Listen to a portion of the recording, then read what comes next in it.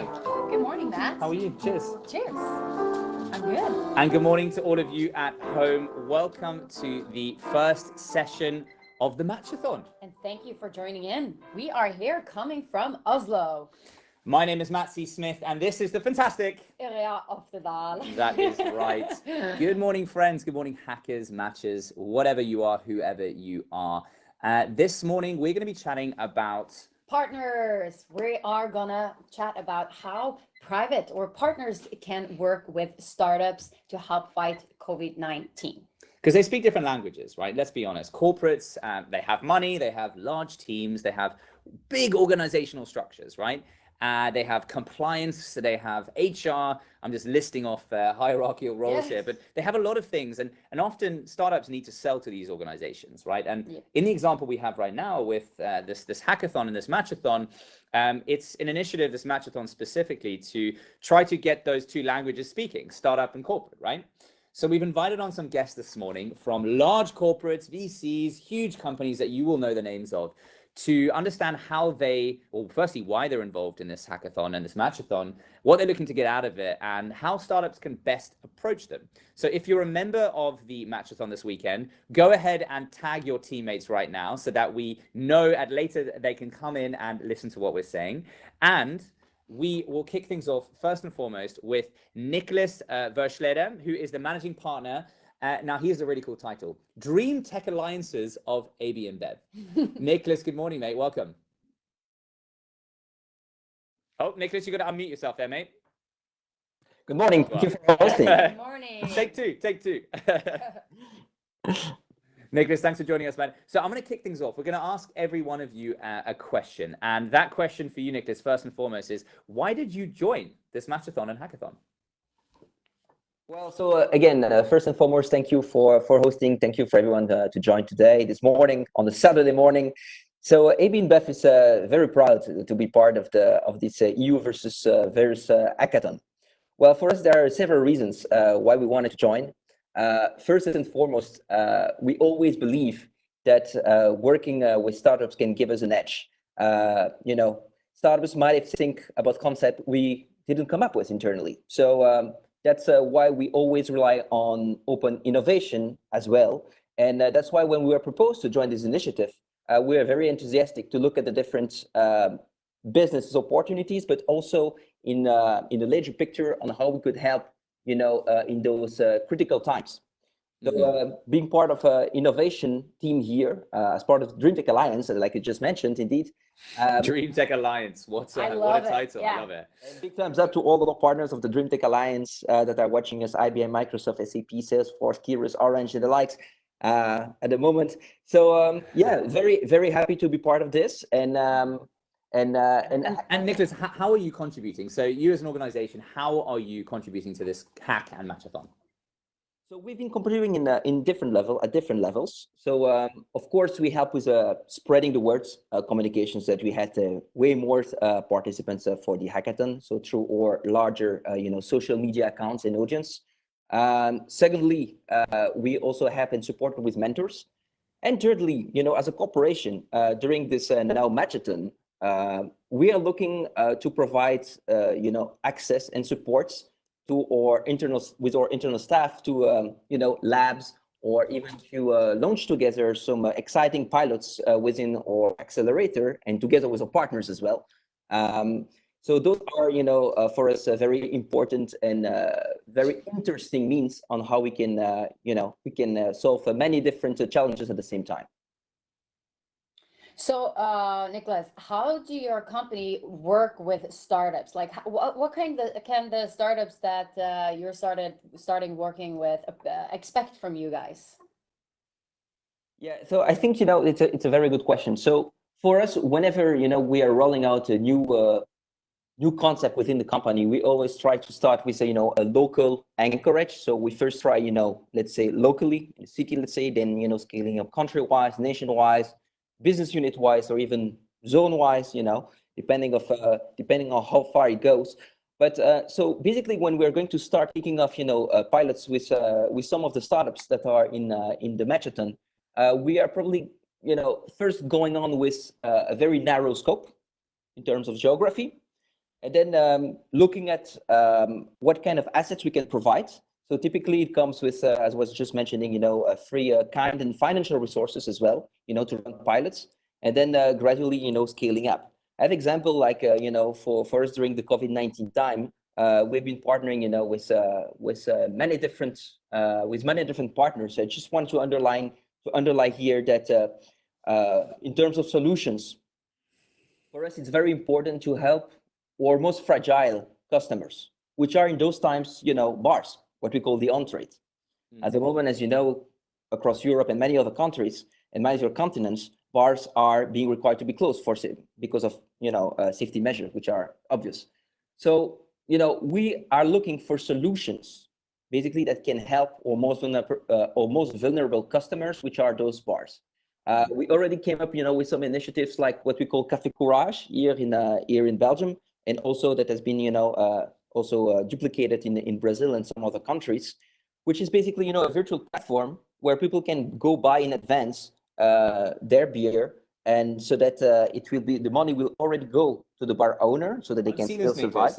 I've seen this actually where we're based in Oslo, Norway, where you could basically pre-buy a dinner for your local restaurant. It was a great initiative because obviously these retail stores or these locations that are fixed, obviously not benefiting from the fact that people were, if they could get a delivery going, that would be great, but a lot of them couldn't actually, and they weren't on deliveries. So you could buy that nice dinner in 2 months or 3 months time and get it then. But I have a question for you, Nicolas, which is, what startup solutions are you looking for in this matchathon? And if one of those startup solutions are watching right now, how can they get in contact with you? How can they approach you? Perfect.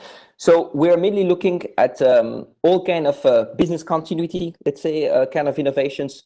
So everything that can either help our employees with, enabling new safety measures within our breweries or within with our white collar employees as well. That's one. Second, I would say is every kind of innovation or startup related that can help our customers. So meaning helping our bars, like I just mentioned, or helping as well, our consumers in supermarkets, for instance.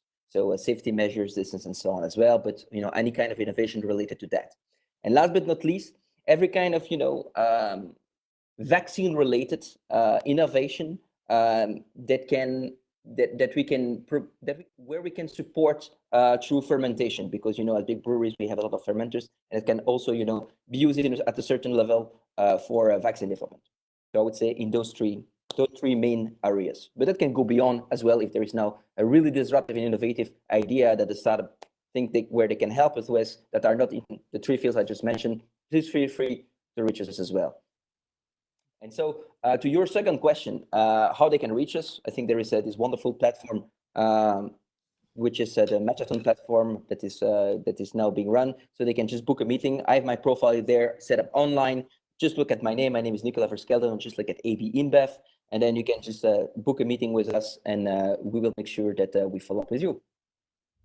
That's a great initiative. Thank you, Nicolas. Thank you very much. Thank you. So we will get back to you in the end about what kind of lesson you have learned, either personally or business-wise during this period. Thank you. And next up, we have Amrita Sarkar with a fancy long title that I have to read. Senior Venture Capital Business Development Manager at AWS, Amazon Web Services.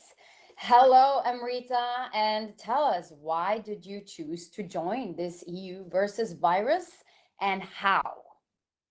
Hi there. Thank you very much for having me. As you know, Amazon Web Services has been, since the start of the crisis, been involved with a lot of different initiatives worldwide. We work with enterprises, the public sector, startups across the board. And we've had many different initiatives, starting from creating a public data lake with the latest data and stats to understand COVID better, to committing $20 million to accelerate diagnostic research. But at heart, AWS is very much a culture of builders. So the team that I'm a part of, which is the startup and venture capital business development team, is composed, primarily of ex-VCs, successful startup founders. So, we very much breathe and think startups all the time. So our primary motivation behind joining this initiative was to help these incredibly creative and talented people build solutions to address the challenging needs of these times. And the way that we do that is by, helping them optimize their architecture on AWS.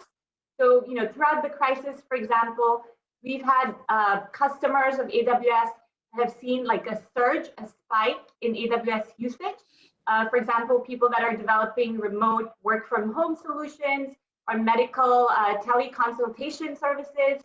Or on the other hand, there are businesses that are kind of declining in terms of their use of resources because, they're maybe in tourism or travel or a sector that's been hard hit.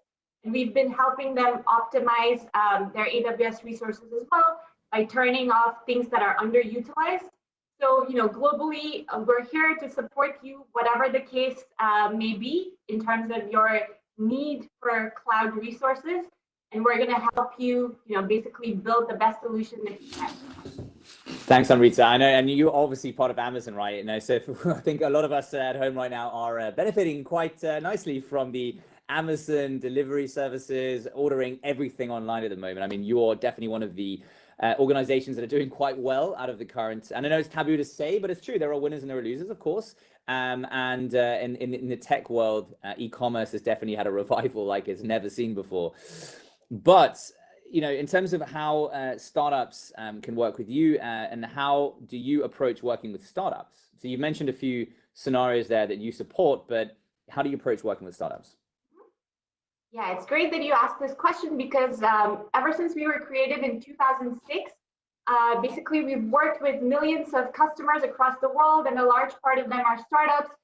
Household names today like Airbnb and Netflix, or closer to home companies like Deliveroo, Monzo, Dataiku, to cite a Partech company, Mano Mano. They're using AWS to build their solutions. So, we have various ways of working with startups. So the first way, so we basically accompany startups across their entire life cycle, starting from unbacked and bootstrap startups all the way to pre-IPO startups that have maybe raised hundreds of millions. So, to get to the early part of the spectrum, for, unbacked founders, we have something called an Activate package for founders that are unbacked, where they can get access to $1,000 of free AWS credits and start experimenting with our platform. For startups that are maybe seed or Series A and have raised with an accelerator, incubator, or a VC, we will give them access to a higher credit package, up to a lifetime maximum of $100,000 on AWS. But with that, they're going to get business support, access to our solutions architects who are going to help them kind of optimize, their infrastructure based on, reliability, security, performance, efficiency, and of course, costs. And then, for more mature startups, we provide them with go-to-market support as well. We have a program for, software companies where they're able to sell their solution on our marketplace, or we have a connections program where we will connect these startups basically to enterprise use cases, because we have a large number of enterprise clients as well. So, we really do partner with them across the board and bring them, whatever they need to give them every advantage possible. So, Amrit, what kind of solutions are you looking for in this match-a-thon, and how should the startups approach you? So again, we are, in terms of the sectors we address, we're absolutely agnostic. As long as, the startup is, let's say, digital, has a digital component to it, it will be able to use our services. In terms of, the breadth and depth of our offerings, we have about 175 different services for AWS. So, whatever kind of workload that a startup can think of, we can basically support. Plus, on top of that, we have a global infrastructure. We're present in 24 different regions, 76 availability zones. So startups can deploy their applications very easily on our platform and go global in minutes. So these are advantages that are available irrespective of the segment that the startup is in. In terms of, maybe an example that I can cite for what we've done with one of the startups called Brightact that came out of the hackathon, actually. I think they shared first place in the fight against crime category in the social and political cohesion track. It's a Swedish startup that basically helps victims of domestic violence collect evidence and report domestic abuse in a way that's very discreet, that doesn't alert the perpetrator. We know that UN Women is calling domestic abuse the shadow pandemic. So here's a very real example of a startup that's helping solve a problem that's a very real problem in the physical world. They've created this amazing technology, the solution that can help solve this problem. So ever since the beginning, we've been helping the startup with credits. So all Matchathon finalists are basically able to get up to $5,000 of Activate credits from us and up to $1,500 of business support credits. Beyond that, we are going to connect them to mentors, be it on the business side or the technology side. And additionally, we're also going to give a selected number of startups the chance to be featured in our startup spotlight on the AWS blog to give them enhanced visibility as well. But you mentioned you were working with a startup on domestic violence. Like, why did you choose to work with them? Like, what do Amazon gain from that startup? So again, we think about building a long-term relationship with creative problem solvers. So, in terms of how we benefit, we only benefit if we are able to develop a long-term relationship with the startup. If the startup, feels that they are able to build the best solution they can, that they're able to scale it as well as they could and make it available to all the possible clients that they could across the world in using our services, then they're much more likely to stay on AWS over the long term. So our gain, if you will, is in being able to establish this trusted relationship with the startup and really, help them. We're not in it for the short term.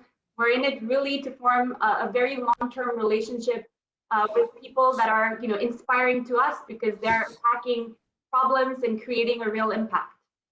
Amrita, thank you so much from that. Amrita Sakar from AWS. We're going to come back to the end, Amrita. Have a think about this. We're asking everyone the same question, which is, what is the one learning you've had from this time of COVID-19, from being in self-isolation, quarantine? It can be both professional learning or personal. Feel free to open up to our audience. They're a friendly audience. Hello, everyone, again. Thank you for joining us this morning. But next up, we have Jacob Claerhout, who is he's the venture capital analyst at Partech Partners over in Paris. He's now back at home in Brussels. Jacob, good morning. Welcome. Hi, thanks so much for having me. Jacob, again, the same question we're asking to everyone. Why did you choose to join this Matchathon, this hackathon, and how are you joining? What are you offering? Absolutely. So first off, I can echo what Amrita has said. She's an amazing partner, and everyone at the AWS team, they're absolutely great to work with.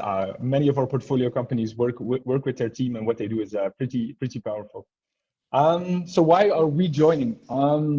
Obviously, we're venture capitalists and we're looking for the next big thing in tech. And one of the things that the previous crises, so let's say the dot-com crash and even the financial crisis in 2008, have taught us is that as a venture capitalist, you can never waste a good crisis. Mm-hmm. I mean, it sounds opportunistic, but we're here to find companies that will shape the future. And thanks to COVID, the future is looking different. So we're trying to find entrepreneurs that are building strong products and teams to serve the markets of tomorrow. That's why we're joining. So how do you approach working with startups? So just to give you some context, we're a venture capital firm with, let's say, offices in San Francisco, Berlin, Africa, and Paris, where I'm normally based. What we tend to do is we obviously are always on the lookout for great entrepreneurs. And once we find, let's say, lightning in a bottle, It's very hard to find that. We hope to give these entrepreneurs the resources required to succeed, because often taking it up against the huge corporates that you mentioned, Matsi, is not easy. Nevertheless, if your solution is really very innovative and can serve your market a lot better than the status quo, then we give those people money and support. So what we tend to do is set aside a part of our funds to invest in the growth of the company. And then we also join these companies normally at a board of directors and try to help steer the company strategically. Jacob, so you're a VC, right? And those of you at home, we've all known the famous VCs. It's a very sexy term. You are very sexy people in terms of what you do. Thanks. Be it by investing, supporting. Now, Partech, you guys are, you have quite a few funds across the full investment spectrum, right? Early to growth stage, right? And yes. Interestingly, you're also in Africa and in the US and you name it, right? So you're very cross-border funds. So something that you can offer as a fund is also just your network, right? So startups, you invest and gain access to that network. But specifically around this matchathon, what are you looking for? Because you have a sectorial focus, you have a stage focus. So sectorial being, business continuity, health, for example, and then stage focus. Are you investing in teams that are just 2 people with an idea? Or are you investing in teams and looking for teams that have 20 people and maybe have raised $1 million already? Yeah, no, that's a great question. So transatlantic funds. And we are divided across different teams. So I'm on the early stage team. We do the earliest investments that can be like in fancy terms, from pre-seed to seed extensions. So we can be the very first check if you have a great idea.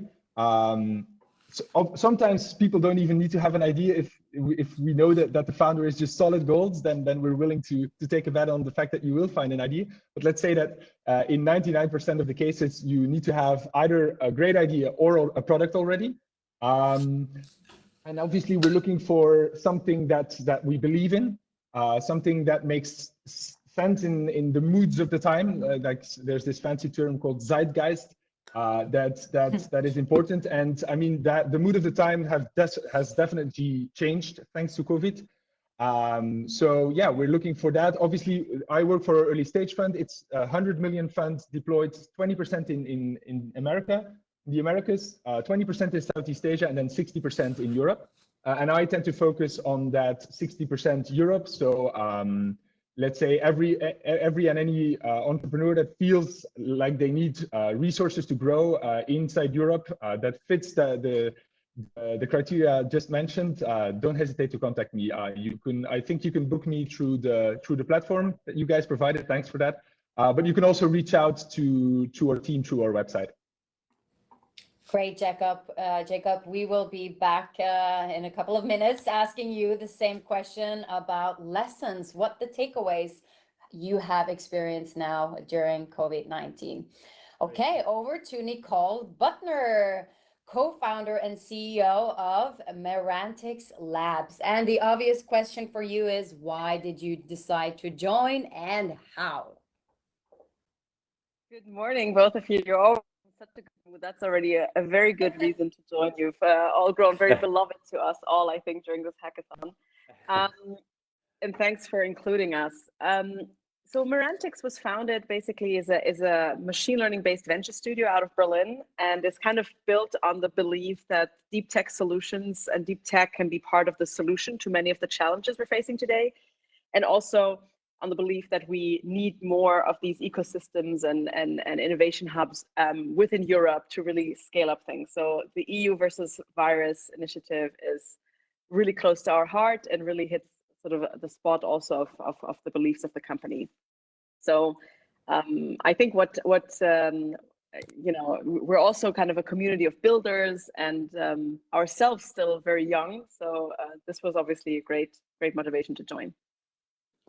And Nicole, you know, you're a venture studio, which is another sexy term that the startup industry loves to use. What does that mean, and how do you work with startups? So that's an interesting one, right? We still consider ourselves also kind of a startup. So I'll try to do like the inside outside. How do we work with startups? So At the heart of it is basically we want to build great companies in the machine and deep learning space, and we basically incubate them out of the venture studio. And the idea is to have a real ecosystem around machine and deep learning that will include a campus, that includes different companies and portfolio companies around deep and machine learning. One is, for example, in the healthcare sector, trying to prevent curable diseases and automating diagnostics. One is in the automotive sector. Labs is sort of providing a lot of the SMEs out there with tech solutions. So if you're in a position where you are still early on in your idea and you want to join such an ecosystem, where there are a lot of machine learning engineers with deep understanding, where there is an environment where we can sort of help you scale the idea to a big product. We've gone through this many times, so that's really what we can offer to startups. And yeah, and I think if you feel that's something you need, then please reach out to us and let us know how we can help. Cool. So there are many categories now in this matchathon as well, like health and life and business continuity, for example. What kind of solutions will you be looking for in this matchathon? I guess our expertise, right, is mostly around the technology. So if you feel you can benefit from somebody who can really give you either mentoring or sparring on how to productize machine, deep learning, natural language processing, that's something, computer vision, that's something we can really provide expertise, how to bring that on a path of scaling it really big. Deal with also regulatory issues, right, in many of these spaces. That's, I think, something that we excel at and that we'd be happy to help out with. I think also if you are sort of right looking for some financing around this, that's also something we can talk about. And we're also happy to sort of provide you with contacts in our network, because we've been obviously as a startup also approaching traditional industry, right, with new tech and sort of deep tech, and it's, I would say, quite a unique sales process as well. So, you know, we can also share some experience around that. Thanks so much, Nicole. And make sure to think about that question. We're going to come back to you in just a moment now. What is your biggest learning personally, professionally? We'd love to hear from you, Nicole. Thank you so much. Check them out. All right, let's head over to Victoria Hernandez. Victoria, good morning. Welcome. Good morning. Hey, Victoria. Everybody. There you are. Hi. Hello. Hello. Hi. Thank you for joining us, Victoria. You are the board member NED at Caixa Bank. Where are you coming in from this morning? Well, I'm calling from my home in Paris. Paris. Yes, this is yeah. The bank is Caixa Bank Payments, which is one of the major banking financial institutions in all across Europe, mainly based in Spain, Portugal, but as well with a good expansion, joint ventures in Brazil, China, and expanding internationally. So, nice one, Victoria. And the one thing I love about this, I have to mention, oh, no worries, is that we love these live streams because we get to see what everyone's living room or office looks like. And it looks like you're a book collector. What are those books behind you? They look incredible. well, yes, I love, really love books since I was a child. So you have here the ones, the colored ones here. These are first Jules Verne's editions. You know, trip to the moon, 80 days around the globe. So these are first editions of Jules Verne's, which I love it when I was a teenager and a child. And when I land in Paris, I love to walk over bookstores, old ones. So I started to make a collection. I love an old me bookstore. too. Actually, I missed one in London. There's a beautiful Yes. one, and I'm forgetting the name of it now. Penfolds, I think it's called, or something like that. Beautiful one. Anyway, Victoria, how are you as an organization contributing to this? And you know, why did you join? Well, let me tell you, we joined it to help. Frankly speaking, we didn't have any sort of background idea, oh, I'm going to get this or this in exchange. Really, we wanted to do something. And so when DIC contacted us about this wonderful idea of EU versus virus, we thought, oh gosh, for sure, we have to do something. We were already witnessing, in the day-to-day basis, how this crisis was hitting so hard. Well, from the health point of view, but we could see as well from the financial, economic point of view. So the situation was without precedent and really serious. So we wanted to help. So we provided 2 awards in the digital. One was for the digital finance category. And we provided 5K each, 5,000 euros. And well, sometimes good actions pay, because we are now in contact with both initiatives we awarded, because we thought that were wonderful ideas. So we are already in contact with Bankera, is a neobank from Lithuania. They deployed the idea of collaborative loans to, let's say, support ecosystems. When financially one company is being in trouble, this might have a domino effect around all the ecosystem, their clients, their or much more their suppliers and so on. And this idea for us was, wow, this is really interesting, and let's see how we can deploy and maybe adapt this idea to the countries where we are present, to start with in Spain. And as well as for smartphones for so this is about supporting the digitally excluded. So we would like as well, so you gather all mobile phones and you sell it basically to fund the people who doesn't have or need digital support. So we thought, hey, this is a very good idea. Maybe we could apply it using our branches. And so we are in discussion already with both companies to see how we could proceed forward. So yeah, this is this is what we have been doing. I have to say maybe that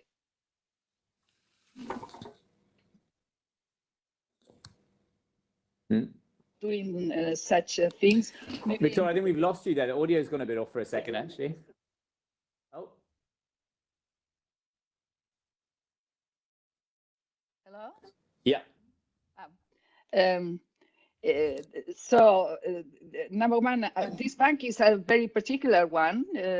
Our major shareholder is the third global foundation for social impact. I think I'm losing you. Victoria, are you there? Can you hear us now? Is that good? Yeah, I think we're good now. Victoria, quick, we just want to, we're going to move on just very briefly to the next and final question. But for this matchathon, how should startups approach you? And what are you looking for? You've mentioned some fintech solutions there, but what are you looking for solution-wise? Because we want those startups who are watching this and listening to this to know how to contact you. So what are you looking for and how do they contact you? Our requirements are very broad, okay? If it's about applying for ourselves, this can go from cybersecurity to user experience, okay? So it's very broad. We are watching very carefully at what new disruptive ideas you may have in innovation, but as well in business models. This idea of Bankera is about a new business model with some technology, and we hadn't thought about it, and it was well. So of course we'll be very much focused for the either the financial, but as well the retail business, either e-commerce or how to digitalize a retail physical commerce, physical retailer, joining both. But when you think about it, the range of innovation can be huge. And by the way, I would like to say that with the EIC, we are organizing a corporate day by the end of this year. okay, this is something we are doing precisely. So if there is a startup say, hey, I'm still not ready, well, we will be organizing a full corporate day by beginning of December this year, where we would love to grasp all the good top innovations that we may have all across. That's a great initiative, Victoria, because obviously a lot of this is and then what this weekend is about is the matchathon, the follow-up to the hackathon. So I think it's great that you are doing an initiative to follow up all of this at the end of the year. So Victoria, thank you so much. We're going to come back to you at the end of this because Victoria, we've asked every single person in this call, can they share a learning? And it can be a personal learning or a professional learning. Short answer, one word or a sentence that describes, your experience of COVID now. So let's jump over Nicolas, back to Nicolas, our Dream Tech Alliance managing partner from ABInbev. Nicolas, what is your learning, professionally or personally, from all of this? I'll just answer both, actually. So on the professional standpoints, I think that companies have now realized the ability they can quickly adapt with new unprecedented partnerships which are being made, which wouldn't have been envisioned in the past even. So I think as well, on the professional standpoint, it's important to keep your partners very close, reinforce collaboration, helping your partners when needed so that the whole ecosystem can benefit from it and come up stronger after such crisis.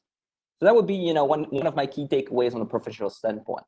Now, if you ask me on a personal standpoint, I think that we do realize that almost all of us, if not all of us, are living a life at 200 miles an hour. And, we might sometimes give the wrong priorities in life. So I believe that, such crisis gives us the opportunity to realize what is very important to us. And so prioritizing health and well-being, and especially reinforcing the ties with friends and family during those hard times has become, one key priority. And I think a lot of people have just realized that. Yeah, you figure out what really matters. We get time to reflect, right? Exactly. So thank you so much, Nicolas. Over to Amrita Sarkar, Senior Venture Capital Business Development Manager at Amazon Web Services. I think Nicolas put it really well. If I had to, maybe use one word to describe what I've been thinking about a lot lately, it's a concept invented by a pretty famous author called Nassim Nicholas Taleb, and the word is anti-fragility. So these are, things that are anti-fragile actually benefit from chaos and disorder. So it's something I've been thinking about, how to build anti-fragile businesses, how to make yourself anti-fragile, health-wise, relationship-wise, any way that you can think about it. So for me, it's about anti-fragility. Thank you so much, Amrita. Jacob, let's have a word from you, personal or professional. What are your big learnings from this, mate? Jacob, you there? Mute, I guess. You got to unmute. There we are. There we go. Sorry, Avin, how hard can it be? No, so it's something that I believe that I held before COVID, but that was definitely reinforced because of the crisis, is that entrepreneurs will not only shape, but save the world. So, thanks everyone for contributing to trying to solve this huge problem. Cheers, Nick. Thanks. And then Nicole Buttner, co-founder and CEO of Merantix Labs. What are your thoughts?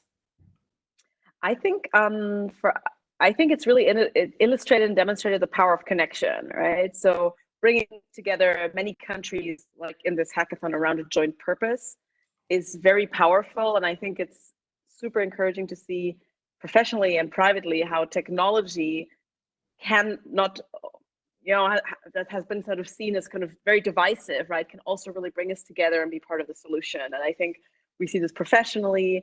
We're all working on great ideas to help other people and help address some of these challenges, and also privately, right, birthday parties and sort of staying in touch with everybody who's dear to us has really helped. So yeah, I think it's a very powerful connection I'm feeling. Thanks, Nicole. Let's head over to Victoria. What is your one takeaway from this, personal or professional? Well, professionally speaking, is the reactivity. I mean, I was so amazed by the capacity. This is when you see the good teams, the great teams. with the startups, with my portfolio of the startups, and you were saying, hey, you're in the worst place, the worst industry, and still you have been able to grasp opportunities and to look at the, what I can take from this. And this was great, frankly speaking. This was absolutely great. As a person, I would say that I'm always amazed in such situation or crisis that was affecting all industries, all social, and net segments and so on. You can see the best, the very best, and the very worst of people. And this is always a very interesting lesson to watch out, to how in these moments of crisis you can have people so solidary, generous, caring, but you can see the worst as well. So this was, let's say, as a person, was a very interesting learning, let's say. Thank you so much, Victoria and Nicolas and Amrita and Jacob and Nicole for joining us today.